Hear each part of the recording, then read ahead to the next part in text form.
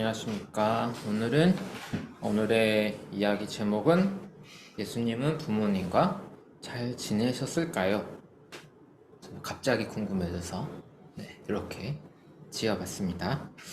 5월은 가정의 달이기도 하고 한데 사실 이 주제를 안 하려고 했습니다. 그냥 넘어가려고 했는데 왜냐하면 어떤 결론을 내도 누군가에게는 조금 피해를 줄 수 있다고 생각을 했기 때문인데요. 왜냐하면 가정이나 이런 주제에 대한 생각들이 다 다양하기 때문에 그럴 수 있는 거죠. 그런데 어쨌든 이런 이 주제에 관해서 혹시 채팅도 한번 눌러주시면 창을. 이 주제에 관해서 요청을 받은 게 있어서요. 가정이란 주제로. 그래서 간단하게 그냥 이야기를 나눠보자 주제에 창을 한쪽에 만들어주면 요 밑에 세워주면 좋을 것 같아요. 했습니다. 근데 이것도 좋은 것 같아요. 그러니까 가정이란 주제에 대해서 주일에 한번 이야기해 봅시다. 이렇게 저한테 요청을 주면 제가 좀 고민을 해보다가 이렇게 할 수 있고요. 그리고 그 다음에 그 광고로 앞으로 할 주제들 순서는 바뀔 수 있는데요.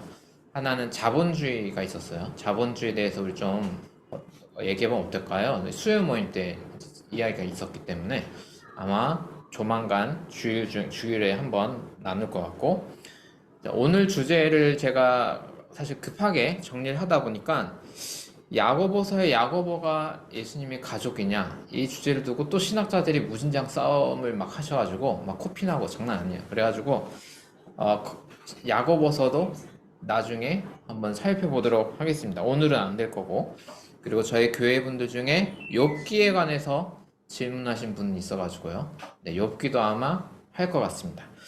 자, 요거 외에도 여러분들이 혹시 공부하거나 책 보거나 고민하는 주제 중에 키워드만 주셔도 될 것 같아요. 그래서 주시면 제가 안 될 수도 있는데, 안 되는 거는 그냥 수요 모임 때 잡담을 하기로 하고, 설교로 가능한 거는 제가 그 주제로 해보도록 하겠습니다. 같이 이야기할 컨텐츠 방향성들을 어쨌든 같이 상호작용하면서 만들어가면 좋을 것 같아요.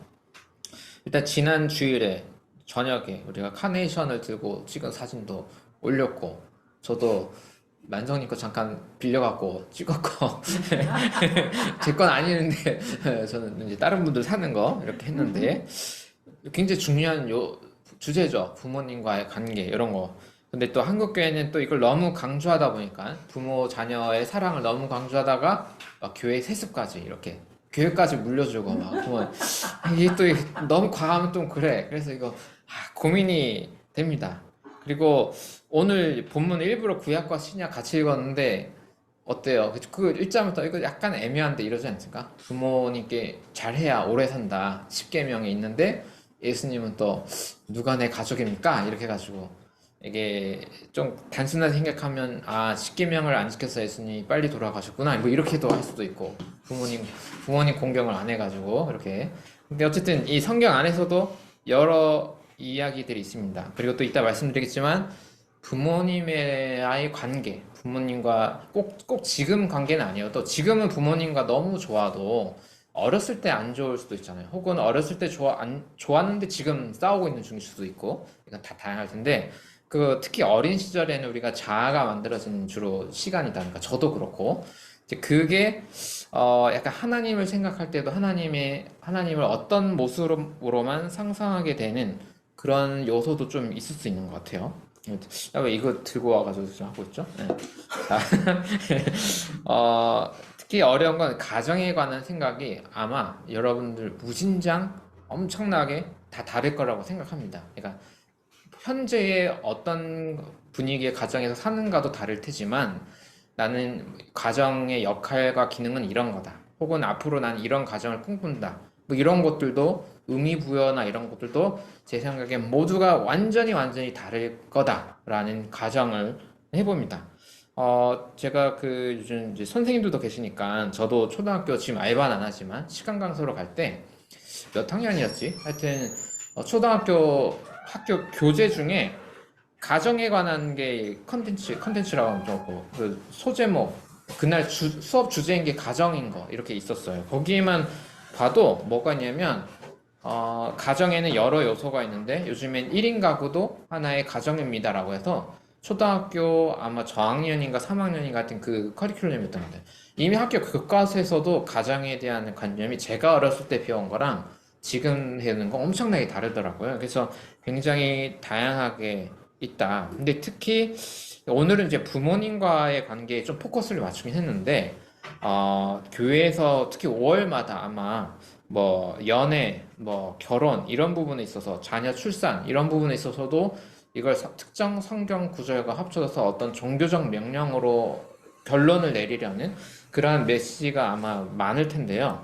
그 부분도 사실은 어떤 매너로 해야 할지, 왜냐하면 이 생각이 너무나 다른데 그 성경에 있는 특정 이야기를 가지고 우리가 어떤 결론을 소개해도 되는지 이 부분이 좀 골치 아픈 부분이긴 해요. 그래서 저도 안 하려고 했는데, 5월에 넘어가려고 했는데 누가 하자고 그래갖고 또 안 하면 혼날까봐 이제 일단 가져와 봤습니다. 네, 저도 막 생각이 정리된 건 아니에요.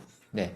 그리고 하나 더 중요한 건 가정 이야기, 뭐 어릴 때 얘기든 지금 이야기든 이 주제는 하고 싶은 사람만 하면 되고 안 하고 싶은 사람은 안 해도 된다. 제 생각엔. 이것도 개인 프라이버시가 있기 때문에 하고 싶은 만큼만 하면 될 것 같다는 생각입니다. 있습니다. 특히 그러니까 가정이 행복한 경우 아니면 노멀한 평범한 경우도 있지만 저도 이제 교회 전도사 목사 생활하다 보면 실제로 가정에 폭력 있는 물리적 폭력 때문에 고생했던 그런 친구들이 있어요. 그런 트라우마들이 있는 사람도 있어가지고 지금 이제 저도 뭐 저희 지금 멤버 있는 분들도 다 파악을 하는 건 아니고 제가 목회 현장에서 만나왔던 어떤 분들은 실제 구타 문제 때문에 굉장히 어려움이 있었던 분들이 있었기 때문에 이 주제가 너무 행복하고 좋은 주제일 수도 있지만 또 누군가에겐 굉장히 어떤 상처들을 건드리는 주제일 수도 있을 것 같아요. 그래서 좀 어려운 부분들이 있습니다.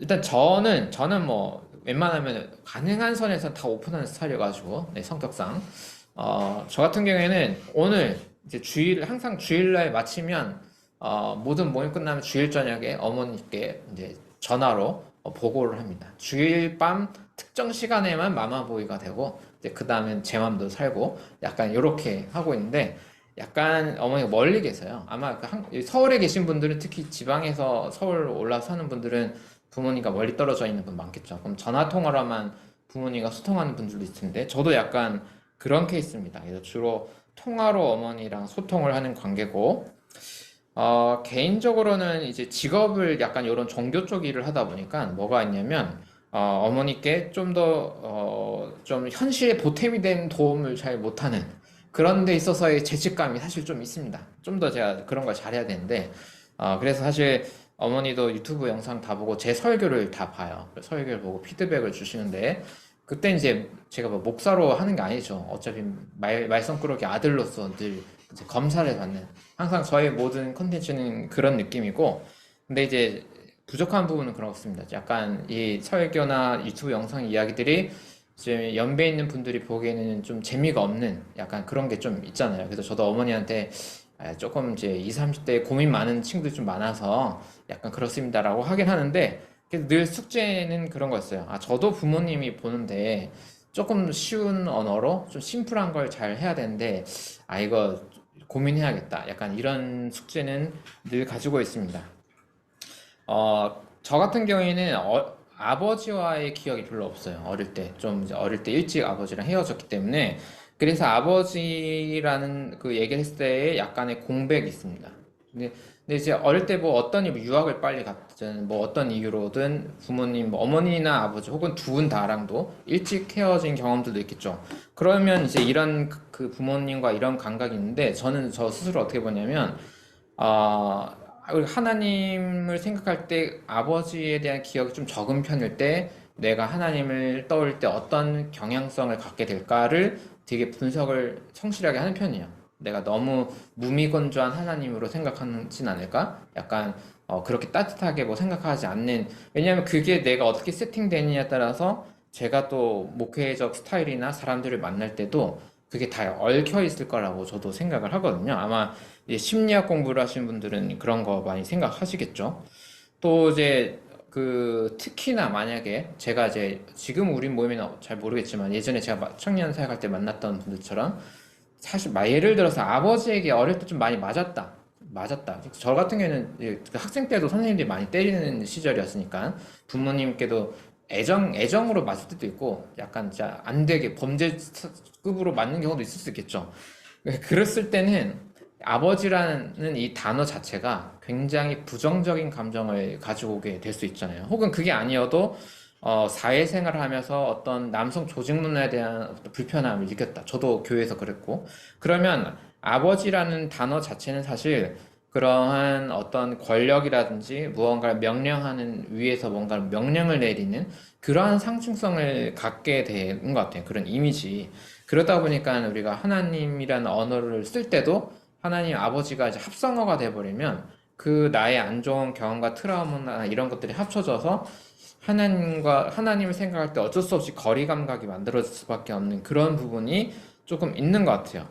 그래서 지금 기도문에 저희가 항상 예배 때 기도문에는 아버지라는 단어를 최대한 안 씁니다. 그냥 하나님이라는 언어만 쓰고 있고 그리고 지금 고민은 우리가 예배를 끝날 때 주기도문으로 끝내는데 주기도문에는 약간 왠지 예수님의 기도로 끝내는 게 전 좋을 것 같아가지고 이렇게 그렇게 했는데 축도는 너무 오버하는 것 같고 뭔가 할아버지 느낌 나서 뺐고 주기도문으로 끝내는데 여기에는 꼭 아버지란 말 많이 들어가요 사실.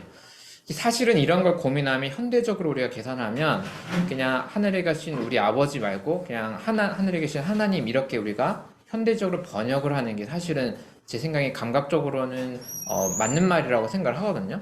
그런데 주기도문을 그렇게 원어를 바꾸면 되냐라는 해서 좀 혹시 시험에 드는 분이 있을까봐 아직 그렇게는 안 하고 있어요. 근데 만약에 공동체에서 합의가 된다 하면 그런 중성적 언어로 하나님을 표현하는 언어로 주기도문을 바꾸던가 아니면 다른 그런 중립적 언어의 기도문으로 대체한다거나 충분히 우리가 예배의 그런 마무리를 저는 바꿔도 된다고 생각하거든요. 그만큼 어렸을 때의 어떤 그런 부모와의 기억 혹은 어쨌든 그 남성 권력이라는 것이 주는 아버지의 어떤 이 부분이 어쨌든 우리가 현대의 기독교인으로 살아갈 때 좀 고민해야 할 부분들이 충분히 있는 것 같습니다.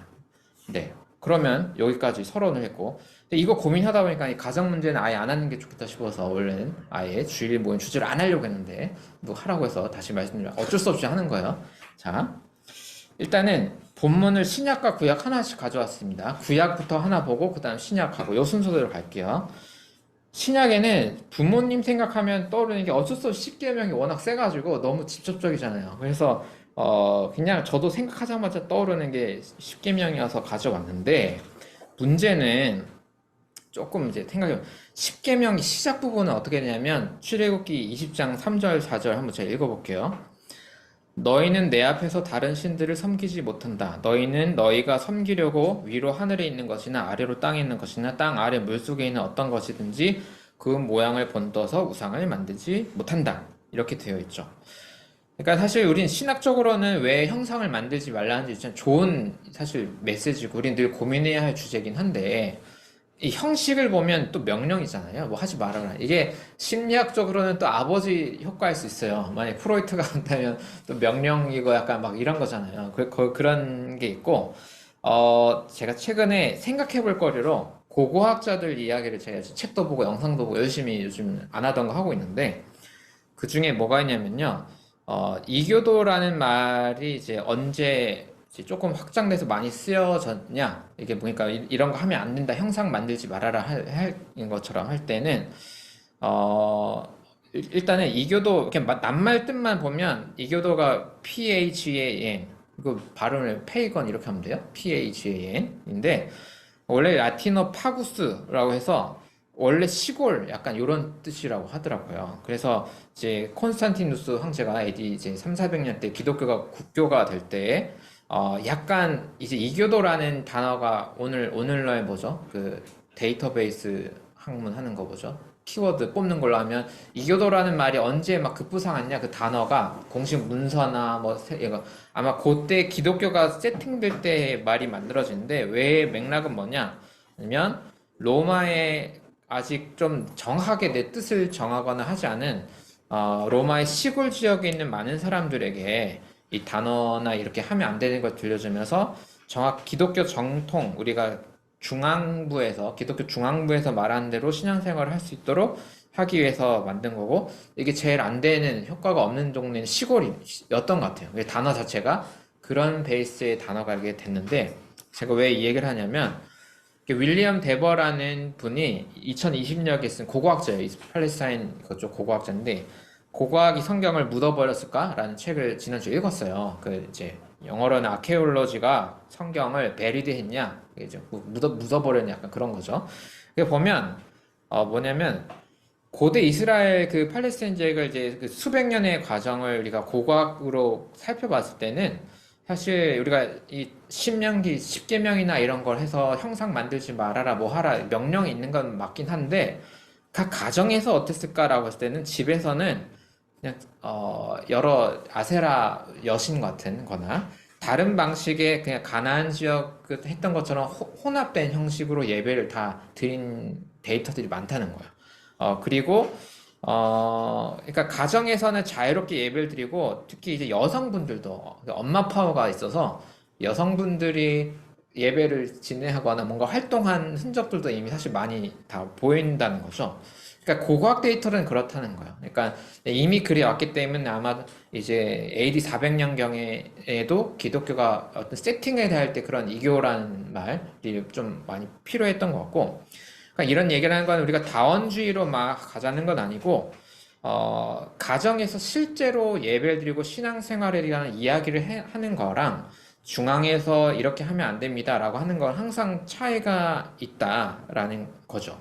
그런 거 봤을 때 우상 숭배하지 말라는 명령과 그 10계명에서 그렇게 시작을 하면서 동시에 부모님 공경도 같이 해야 한다라는 게 같이 합쳐진 이 명령체계, 요게 10계명 이렇게 되는 건데, 요게 좀 같이 고민해 볼 거리는 있는 것 같아요. 그러니까 부모님 말도 듣긴 들어야 되는데, 더하여 그에 앞서서는 좀 더 우리의 신앙의 본질을 더 많이 공유하는 거, 어떤 예배 스타일을 이것도 같이 고민해야 되잖아요.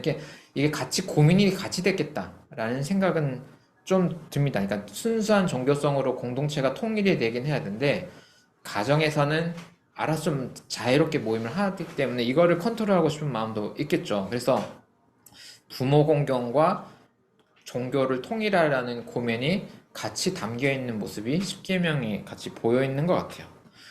그리고 이제 오늘 본문 맥락으로 다시 신약 성경으로 가면, 이제 오늘 본문은 약간 예수님이 좀 엄마 아빠 가족에게 상처 주는 것 같은 느낌의 말이잖아요. 사실 가족들이 왔는데 이제 사람들이 와서 예수님 가족분들 왔어요 했는데 예수님이 누가 근데 진짜 가족입니까? 라고 해버리니까 엄마 아빠가 들었으면 상처받을 얘기인데, 근데 이제 이 맥락, 요 이야기가 있는 그 앞서의 맥락은 뭐냐면 마가복음 3장 21절 22절을 읽으면 이렇습니다.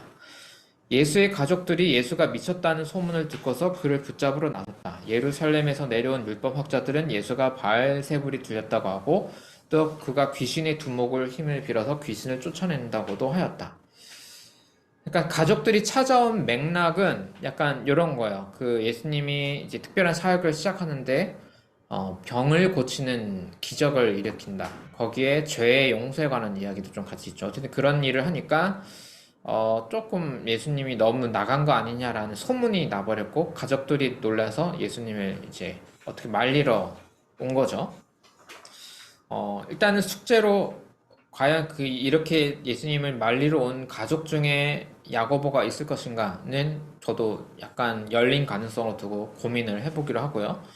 그 다음에 바알세불이라는 귀신 악마가 들렸다라고 할 때 이런 단어를 이해하려면 구약엔 없는 거라서 신약과 구약 사이의 문헌들을 보고 공부를 해야 할 필요가 있습니다. 그래서 이 부분은 오늘도 또 생략을 할게요. 포인트는 뭐냐면 가족들도 예수님을 좀 이상하다고 생각해서 이렇게 했다. 조금 우리 말로 쓰면 미쳤다. 약간 이렇게 얘기를 하는 거잖아요. 여러분들은 부모님께 너 미쳤냐? 라는 이렇게 너무 직설적인가? 하여튼 이런 표현 해도 되죠? 예. 예. 미음 치읓 했니? 라는 말을 들어본 경험이 있으신지 궁금한데요. 예. 있을 수 있죠.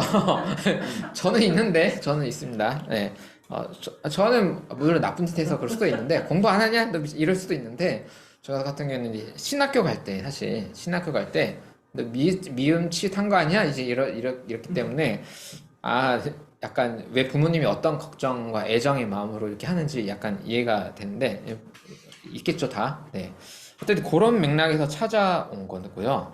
그 맥락에서 사람들이 선생님의 예수님 당신의 어머니 동생들 누이들 다 왔는데 하니까 누가 내 어머니입니까? 누가 내 형제입니까? 그냥 누군지 하나님의 뜻을 실천하는 사람들, 그 사람들이 내 형제고 자매고 어머니입니다. 이제 이렇게 얘기를 했습니다. 이것과 관련해서 1세기에 우리가 같이 고민해볼 배경 지식으로 1세기의 유대인, 그러니까 예수님 믿는 사람 아니고 그냥 유대인이에요. 유대인 철학자 중에 필로라고 하는 사람이 같이 고민해볼 만한 비슷한 얘기를 해요. 뭐냐면 그 시대의 여러 공동체 중에 일단 에세네파라고 해서 따로 사막이나 다른 데 나와서 공동체 생활하는 약간 유대교 개혁파 그룹이 있습니다. 거기에 대해서 필러가 어떻게 말을 했냐면 이런 거예요. 한 달락 읽어볼게요. 노인들도 자녀가 없더라도 단순히 많을 뿐만 아니라 매우 효도하는 가족의 부모로 취급되며 정기적으로 매우 번영하고 편안한 노년으로 삶을 마감합니다. 그들에게 우선순위와 명예를 부여하고 자연에 의해 강요되기보다는 자발적이고 의도적으로 받아들여지는 의무로서 그들을 섬기는 사람들이 너무 많습니다. 그거 뭐냐면 SNF도 집단 생활을 하는, 공동체 생활을 하는 건데, 약간 재산도 공유하고, 막 이렇게 열심히 실천하는 1세기의 그룹이에요. 이제 자녀가 없거나, 혹은 일찍 들어왔거나, 혹은 여러 종교적 이유로 절교했어도, 이 안에서 이 젊은이들이 이분들을 자신들의 어머니, 아버지를 생각해서 이런 새로운 관계성들이 만들어지고 있어. 이 SNF파 그룹 안에. 이제 이런 얘기를 하는 거죠. 그리고 유대인 그 필러가 또 하나 소개하는 게 트라페우테라는 공동체를 소개를 합니다. 거기에서도 친아버지와 친어머니를 아들처럼 기꺼이 그리고 자랑스럽게 섬기면 아들들이 그러니까 자신들의 이 회원 안에서의 자녀들 그 젊은 분들이 이제 연배가 있는 분들을 친아버지 친어머니처럼 생각하고 혈연보다 더 가까운 친밀감으로 그들을 모두 공통된 부모라고 판단합니다. 올바른 마음을 가진 사람에게는 고귀한 삶보다 더 가까운 유대가 없기 때문입니다. 라고 하는데, 이 티라페우테는 이제 필로가 이제 아프리카 쪽에 살던 유대인이어서 그쪽에 있던 어떤 철학 공동체인 거 봐요. 저도 정확히는 모르겠어요. 그러니까 가족 공동체를 강조하는 이야기도 있고, 그 예수님 시대에도 뭔가 새로운 어떤 종교적 이유든 철학적 이유든 간에 가족이 해체돼서 새롭게 거의 부모 관계처럼 만들어지는 연대 공동체들도 이미 좀 있었다는 거예요. 그래서 우리가 그 중고등학교 때 아는 것은 정원 공동체, 에피쿠로스 학파도 사실 대한가족 공동체로 이런 더 옛날부터 있던 모임들이고. 그래서 이게 약간 그런 공동체 운동과 생각해 볼 수 있는 메시지일까라고 고민해 볼 수도 있어요. 예수님이 보십시오. 내 어머니, 아버지, 형제, 자매들은 하나님의 뜻을 실천하는 사람들이 진짜 찐 어머니고 찐 형제입니다. 이렇게 얘기하는 게. 근데 문제는 진짜 엄마가 들으면 진짜 극 상처받을 말인데 어쨌든 이런 게 그 당시에도 이런 급진적 실천하는 사람들은 실제 그런 모임들이 있긴 있었다라는 거죠. 그래서 우리가 몇 가지로 고민해 이 말씀을 어떻게 해석할까 생각해 볼 때 1번 진짜 예수님이 그 에피쿠로스나 테라페우테 공동체처럼 진짜 새로운 유대감, 소속감 공동체를 강조하려고 했다. 사실은 나중에 예수님도 마리아 어머니한테 혼났다. 이렇게 말하거나 집에 가서 엄청 혼나셨다. 그럼에도 불구하고 새로운 공동체를 위해서 조금 혼낼 걸 알면서도 말씀하셨다. 이렇게 해석할 수도 있고요. 두 번째는 예수님 사실 이 정도로 강력하게 말한 건 아닌데 나중에 이 복음서가 편집될 때 신앙 공동체가 조금 강조했다. 그러니까 뉘앙스를 조금 뻥튀기를 해서 새로운 교회 운동이 시작될 수 있게 그런 효과를 위해서 편집이 됐다라고 해석을 할 수도 있죠. 그런데 이때도 우리가 생각할 건 초기 교회 운동에서도 가정을 매우 중요하게 생각하는 부분들도 같이 다 있어요. 그러니까 뭐 브리스길라 아굴라처럼 부부가 활동하는 이야기도 있고 우리가 최근에 봤던 목회서신 좀 1세기 후반의 편지들은 다 가정에 관한 이야기 많잖아요. 성경 안에. 그러니까 가정에서 어떻게 해야 되냐. 그런 부분도 있는데 그것과 함께 동시에 가족 안에서만 갇히지 말고 더 급진적인 연대성, 관계성을 만들기 위해서 그런 거 거의 가족과 비슷한 유사 가족을 만들기 위한 신앙 공동체로 이 후대의 신앙 공동체가 편집한 걸로 볼 수도 있죠. 그것도 정말 일리 있는 게 왜냐면 예를 들어서 그때 우리가 설교로 들었듯이 오천 선생님 말씀 들었듯이 남편과 아내가 신앙이 다를 때 아내가 진취적으로 어떤 신앙 공동체에 가서 새로운 관계성을 만든다는 거 그런 거 가능한 분들이 있고 또 어떤 경우에 남편을 이제 일찍 사별했거나 이혼을 했거나 이런 미혼 여성들이 초대교회 리더십 활동을 한 거는 객관적인 자료들도 좀 있고 또 가족을 자기가 만들 수 있는 자유가 없는 노예들도 신앙 공동체에 와서 새로운 형제 자매 이렇게 만들면서 커넥션이 만들어지는 그런 가능성도 있었기 때문에 이런 메시지가 유의미하게 작용될 수 있었겠죠. 뭐 둘 중에 어떤 거가 둘 다일 수도 있고요. 뭐 예수님이 의도적으로 했던 얘기일 수도 있고 아니면 후대 공동체가 좀 뉘앙스를 강조할 수도 있고 둘 다 맞을 수도 있습니다.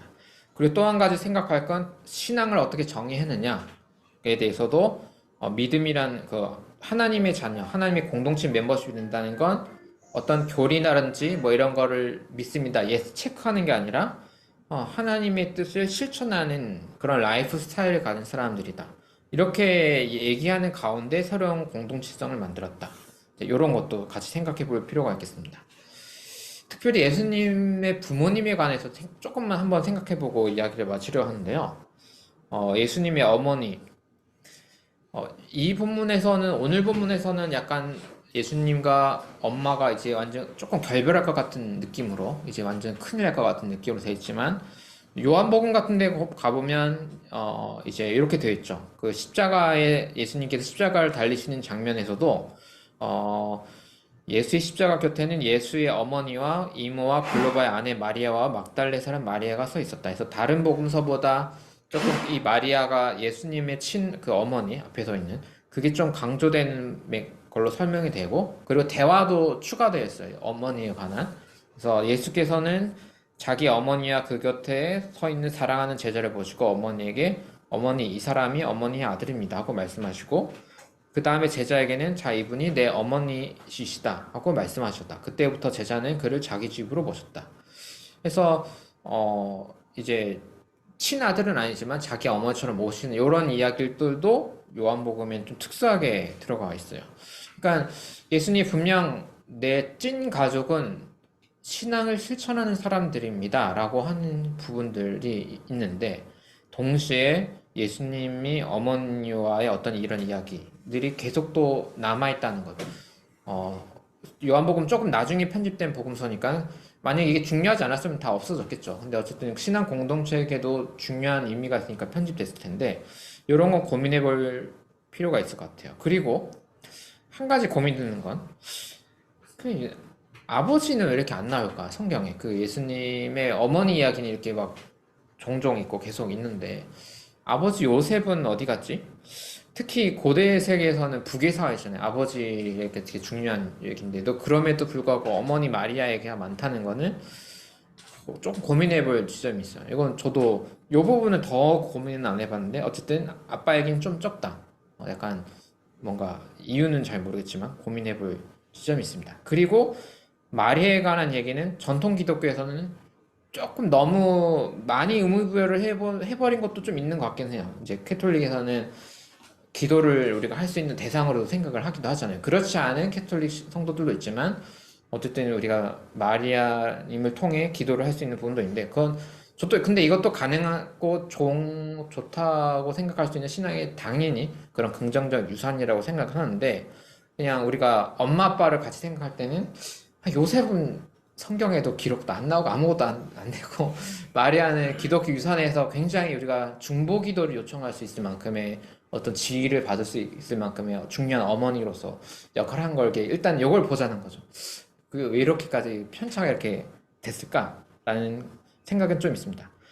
물론 그럼에도 특히 저도 개신교로 살았을 때 하나님을 너무 아버지 남성 이미지로 생각을 해서 아버지라는 단어로 하나님을 묘사하기 때문에 그래서 뭔가 남성한 느낌으로 자꾸 우리가 생각을 하기 때문에 이 부분이 굳이 캐톨릭 마리아 그쪽이 문제다라고 하기에는 더 큰 문제가 있죠. 사실 너무 남성적인 입장으로 신을 생각하고 시스템을 이렇게 만들어버리는 그런 문제가 같이 있어서 그런 게 있고, 또 한 가지는 아까 얘기했듯이 우리가 조금 고민해야 될 거는 나의 어머니 경험, 아버지 경험, 내가 어렸을 때 어머니와 아버지 관계 경험이 결국 내가 기도를 하거나 개인적으로 하나님 묵상할 때 같이 사실 어느 정도는 좀 엉켜 있는 부분들이 있기 때문에 나에게 어떤 영향을 주고 있는지도 같이 고민해 볼 필요가 있겠습니다.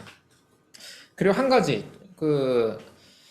마리아와 예수님의 죽음, 아들의 죽음이잖아요. 이 부분에서 제가 생각하는 건 뭐가 있냐면, 애도의 문제인데, 저는 다른 모든 부분에 있어서는 자유롭게 생각하는데 예수님의 죽음과 부활은 되게 보수적으로 생각하고 그게 저의 기독교 신앙에서는 키포인트인데요. 근데 만약에 이제 이런 생각이에요. 만약에 예수님의 부활이 실제가 아니고 예수님의 제자들이 일단 예수님의 이미 이야기가 너무 귀하기 때문에 어떤 만든 거라고 할 때 과연 그게 어머니에게는 그게 통했겠냐라는 생각은 들어요. 그러니까 제자들이 아무리 우리 선생님의 이야기가 어그로를 끌려면 이걸 부활 스토리로 만들어서 종교화 시켜야 한다고 제자들이 작전을 짠다 할지라도 만약에 아들이 이렇게 벌거벗겨지고 십자가 달려서 잔혹하게 죽었잖아요. 제 생각에 애도라는 것은 그 죽음을 있는 그대로 가고 평생 오랫동안 우리가 예를 들어 5.18을 기억한다고 하면 그 죽음 자체를 그냥 생각해서 애도하고 슬퍼해야 되는 거잖아요. 저는 찐 가족이었다면 그거를 그냥 예수님의 죽음 자체를 평생 그렇게 기억하고 사람들이 잊지 않을 수 있는 방법을 찾는 게 부모의 생각일 거라고 생각하거든요.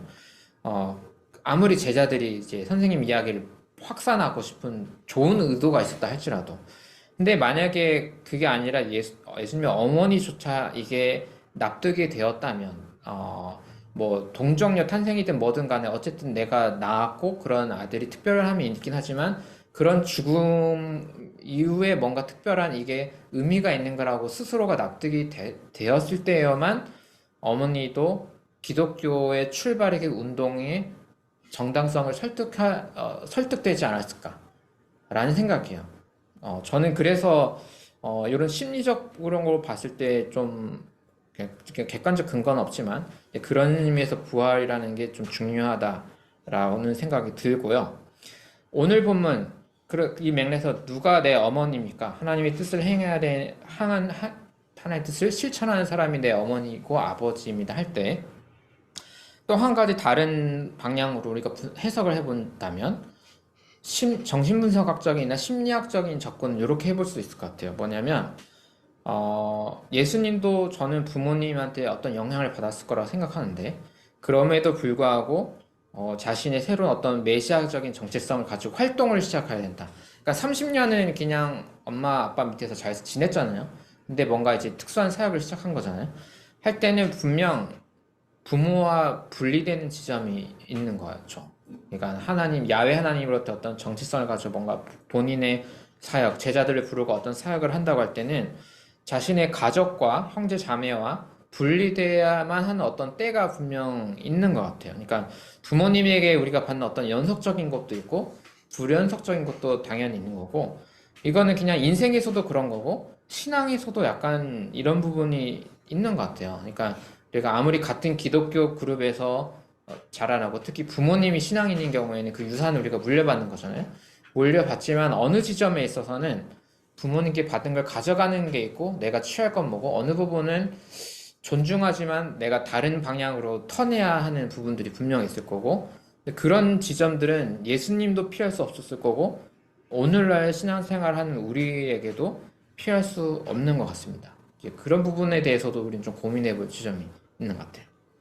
이제 정리하고 마치겠습니다.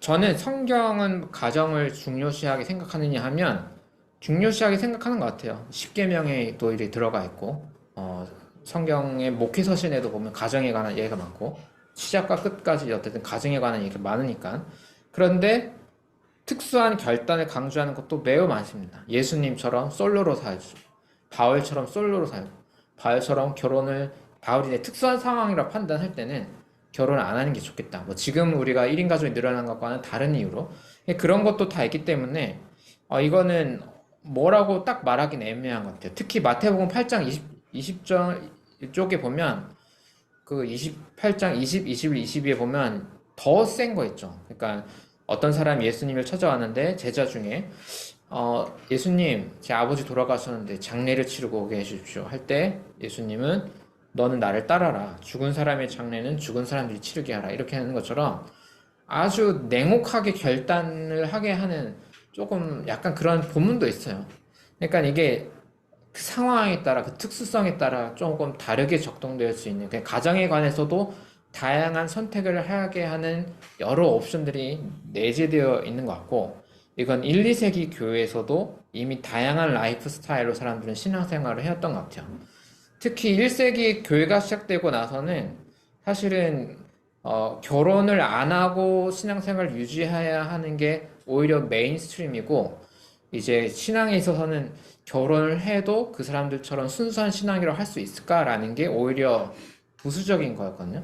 이제 오히려 예수님 시대의 고대 유대교인들은 당연히 결혼을 하고 출산을 많이 하는 게 하나님의 뜻을 이루는 거다. 창세기 생육하고 번성하를 이루는 거라고 했다면 교회 공동체는 이제 이 기독교 운동이 시작하고 나서 이제 다른 고민을 했던 거죠. 그러니까 이 여러 가지 것들은 모두 기독교라는 틀 안에서 같이 고민해 볼 수 있는 그런 부분이 있는 것 같아요. 그리고 가정에 대해서도 말씀드렸지만 예수님과 어머니의 관계에서도 어떨 때는 아주 친밀해 보이지만 또 어떨 때는 꽤 멀어 보이는 부분도 있고 또 어떤 부분은 예수님이 약간 가정보다는 뭔가 신앙적 결단을 해서 나오기를 권면하는 조금 엄마 아빠가들이 보면 절대 안 되는 그런 성경 구절들도 분명 있어서 이게 이 여러 가지 길은 모두가 선택 가능하고 우리는 어떤 선택을 했을 때 하나님의 뜻을 따르는 건지를 좀 다양하게 고민해 볼 필요가 있는 것 같아요. 그래서 이제 5월의 가정의 달에 너무 일관적인 어떤 가정에 대한 모습을 그려내는 심플한 메시지를 전달하는 건 오히려 조금 폭력적일 수 있는 부분도 조금 있는 것 같습니다. 자, 그래도 실천할 수 있는 거는 제 생각에는 이미 그러니까 부모님과 연락하고 큰 그게 없다면 제 생각엔 그래도 10계명이 있으니까 부모님 공경이 있으니까 좀 여러분 사랑의 표현을 이번 주에 물론 어버이날 다 하셨겠지만 한 번 정도 더 할 수 있는 분이 있다면 하면 좋을 것 같고요. 그리고 하나 우리 같이 정리해야 될 거는 이 부분은 내가 부모님께 받은 내가 끝까지 지켜야 할 신앙 유산이지만 이거는 내가 좀 거절하고 나의 다른 컬러를 해야 할 부분이 어떤 거가 있는지를 이번 주에 한번 좀 정리해 보는 것도 도움이 될 것 같고요. 또 부모님과 어떤 갈등이 없는 사람이 없죠. 있다면 그걸 줄일 수 있는 방법을 각자 생각해서 한 가지를 실천해 보는 그런 한 주가 되는 것도 좋을 것 같습니다. 네.